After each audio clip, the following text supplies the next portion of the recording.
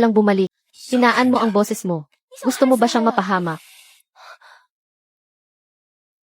Ito ay ordinaryong bitamina lang. Talaga ba? Kung bitamina lang yan, sana direkta mo na lang ibinigay sa kanya. Di ba?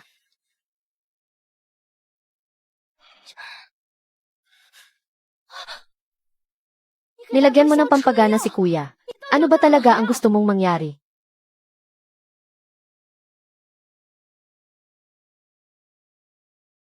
Yung sabaw para sa hangover. Dalhin mo sa kanya. Itong tubig na may alak. Matagal ko nang itinago. Tikman mo. Mahal. Nasaan ba to? Ikaw. Hindi ako. Ako. Who how you? Noong bata ka pa. Hindi ka naman ganyan. Bakit ka ngayon? Naging ganito. Hindi na kita kilala. Asawa mo ako. Tapos ipamimigay mo lang ako sa iba. Hindi ka ba natatakot sa karma? Kumpara sa mawala ang kumpanya, ano ba naman ang karma? Yan. Alam mo naman, matagal nang gusto ni Lolo na magkaanak ako. Wala akong magawa. Ito lang ang paraan. Hindi. Hindi ko matatanggap. Hindi ko matatanggap na ang asawa ko. Ipamimigay ako sa iba. Hindi ko to matatanggap. Huwag kang umalis. Hindi ko matatanggap. Huwag kang umalis. Bitawan mo ako. Yan. Mag-asawa tayo. Iisa lang tayo. Kung maginhawa ang buhay ko, saka ka lang din giginhawa. Kailangan mong makipagtulungan sa akin. Magkaanak ng isang batang may dugong few. Hindi. Wala kang moralidad. Pero ako, mayroon. At huwag mong kalimutan. Si kuya ay ampon lang. Sa katawan niya, walang dugong few. Kahit na magtagumpay ka pa, ang batang yon ay wala pa rin. Ano mang kaugnayang tubig na pula sa'yo. Fu how you? Pinapayo ko sa'yo na itigil mo na. Yang karumal-dumal na ideya na yan. Wala na akong pakialam sa lahat ng yan. Asawa kita. Basta ikaw ang nagsilang. Kikilalanin yan ni Lolo. At tungkol naman kay kuya. Sino ba kasing may sabi sa kanya na maging napakagaling niya? Hindi ako papayag. Magsusumbong ako kay Lolo. Bitawan mo sabi ako. Subukan mong umalis at ipapaputol ko ang lahat ng kontrata at investment sa mga yan. Tinatakot mo ba ako? Mula pagkabata, pinalaki ka ng mga magulang mo na parang prinsesa. Siguro naman ayaw mong makitang bumagsak ang kumpanya ng mga yan at mapahiya ang mga magulang mo sa katandaan nila. Di ba?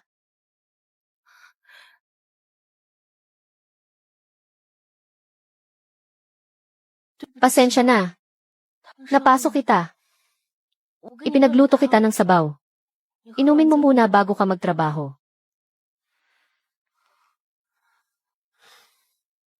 Okay lang talaga ako. Huwag mong sisihin ang sarili mo. Sige na, inumin mo na to. Kapag ininom mo to, isipin mo na lang na pinatawad mo na ako. Sa ganoong paraan, hindi ko na rin sisisihin ang sarili ko. CJ, inumin ko.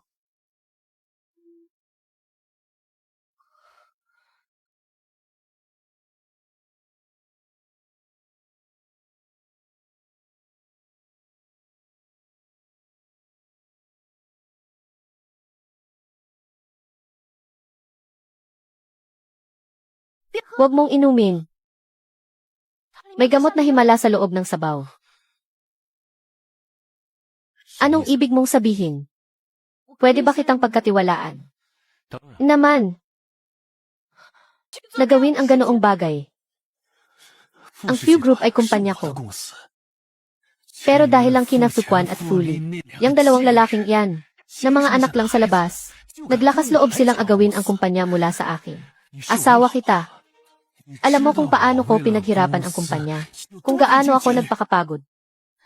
Binigay ko na ang lahat. Bakit hindi mo ko matulungan? Basta't magkaanak ka lang ngayon. Siguradong mapapasakin ang kumpanya. Sinabi ko na. Hindi ko kaya. Ilang beses ko pa bang ulitin? Patayin mo lang ang ilaw, pumikit ka. Tapos hintayin mo na lang siyang mauna. Ano bang mahirap doon? Ang lakas ng loob mong saktan ako. Wala akong pakialam kung ngayong gabi. Kaya mo o hindi. Kailangan mong ituloy to. Di ba gusto mong may mangyari? Sa aming dalawa. O, heto na ako. So, alam mo na pala ang lahat. Mahal kong kapatid. Paulit-ulit mo kong sinubukang drugahin. Kung hanggang ngayon hindi ko pa rin nalaman. Eh, di ang tanga ko naman. Pero, nagkakamali ka ng diskarte. Kung gusto mo talaga ng anak, sana sa akin ka lumapit. Tandaan mo, kapag ayaw ng lalaki, kahit anong pilit pa ang gawin mo sa babae, wala ring mangyayari. Ikaw ang tumanggi sa kanya. How you? Wala ka ng kwenta sa kumpanya. Pati ba sinasabi ko, di mo maintindihan. Matagal ko nang alam ang mga plano mo. At palagi kitang tinatanggihan. Malinaw ba? Sinasabi niya ba to? Para protektahan ako. Yung sinabi niya yon, pinoprotektahan niya ba ako? Dahil alam mo naman pala ang plano ko. Bakit ayaw mong makipagtulungan sa akin? Alam na alam mo kung gaano ko kailangan ng anak. Umaasa kang sa pamamagitan ng pagpapatuloy ng lahi. Ay mamamana mo ang kumpanya. Mas mabuti pang umasa ka sa sarili mong kakayahan. How you? Kung mayroon ka lang kahit kalahati ng talento ko. Matagal nang ipinamana sa iyo ni Lolo. Ang kumpanya. Yan. Ayaw mo siyang galawin. Hindi ko hahayaang masunod ang gusto niya. Ayaw mo. Maninyong dalawa, kung maghihiwalay kayo, paano na ang pamilya natin? Paano na ang kumpanya? Sabi ni Lolo, kailangan ko raw pumunta sa branch sa Nancy City para magsanay ng dito. Yan. Tingnan mo nga. Ang isip bata mo na naman. Pupunta ka lang naman. Sa South City, pagkakatiwalaan ko. Kayo sa huling pagkakataon. Dahil kung hindi na ako babalik sa poder ng mga yan. Paano na yan? Hay nako, ang mag-asawa. Ang away sa umaga, sa kama rin nagkakaayos.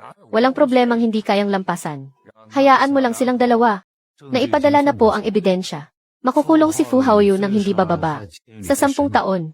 Pero, ang trending topic ngayon ay tungkol din sa kanya.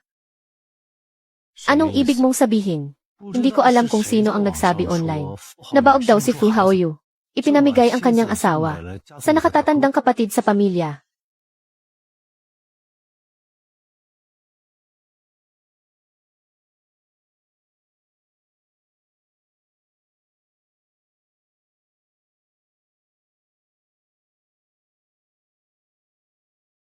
At nabunyag pa ang lahat ng ito.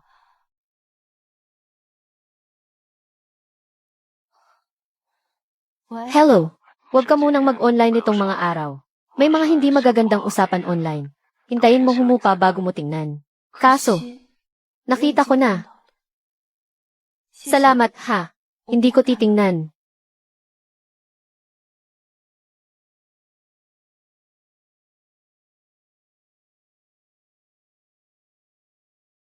Fulu, nilalabanan mo si Fu Haoyu dahil ba kay Miss Yan? May problema ba doon? Pero hindi ba sabi mo, hindi, ikaw na lang ang makakatulong sa akin ngayon. Tulungan mo ako. Fu Haoyu, anong kailangan mo sa akin? Nakita mo ba yung trending? Bilisan mo. Nagkamali ka na nilapitan. Hindi kita matutulungan. Hindi maaari. Ito, ang divorce certificate ninyo. Si Fu Haoyu ay natagpuan ng mga taga-ospital. Noong natagpuan siya, kakabangga lang niya sa isang car accident. May nagdala sa kanya sa ospital. Nailigtas ang buhay niya. Pero, yung mga dati niyang ginawa ay sapat na para ikulong siya sa susunod na 10 taon. Sa kulungan. Kaya, hindi mo na kailangang mag-alala. Nababalik pa siya para guluhin ka. Kita sa sarili kong pagsisikap kung gaano kalayo ang mararating ko. Hahayaan niyo na lang umalis si Miss Yan. Kapag mahal mo talaga ang isang tao, hindi mo siya ikukulong sa tabi mo. Sa halip, hahayaan mo siyang gawin ang mga bagay na gusto niya. Pero si Miss Yan, mag-isa siyang pupunta sa ibang bansa. Wala siyang kakilala roon. Talaga bang kampante kayo? At saka, alam niyo naman, Kung gaano kagulo sa country. Paano? Kung may mangyari kay Miss Yan. Baka, pagsisihan nyo yan habang buhay. Attorney Few. Iisa lang ang buhay natin. Kung si Miss Yan ay kayang maging matapang para sa kalayaan niya, bakit hindi nyo kayang maging matapang para ipaglaban ang pag-ibig nyo? Subukan nyo. Baka sakaling magtagumpay kayo. Book mo ako ng flight papuntang 8th country. Ibubuk ko na po ngayon din.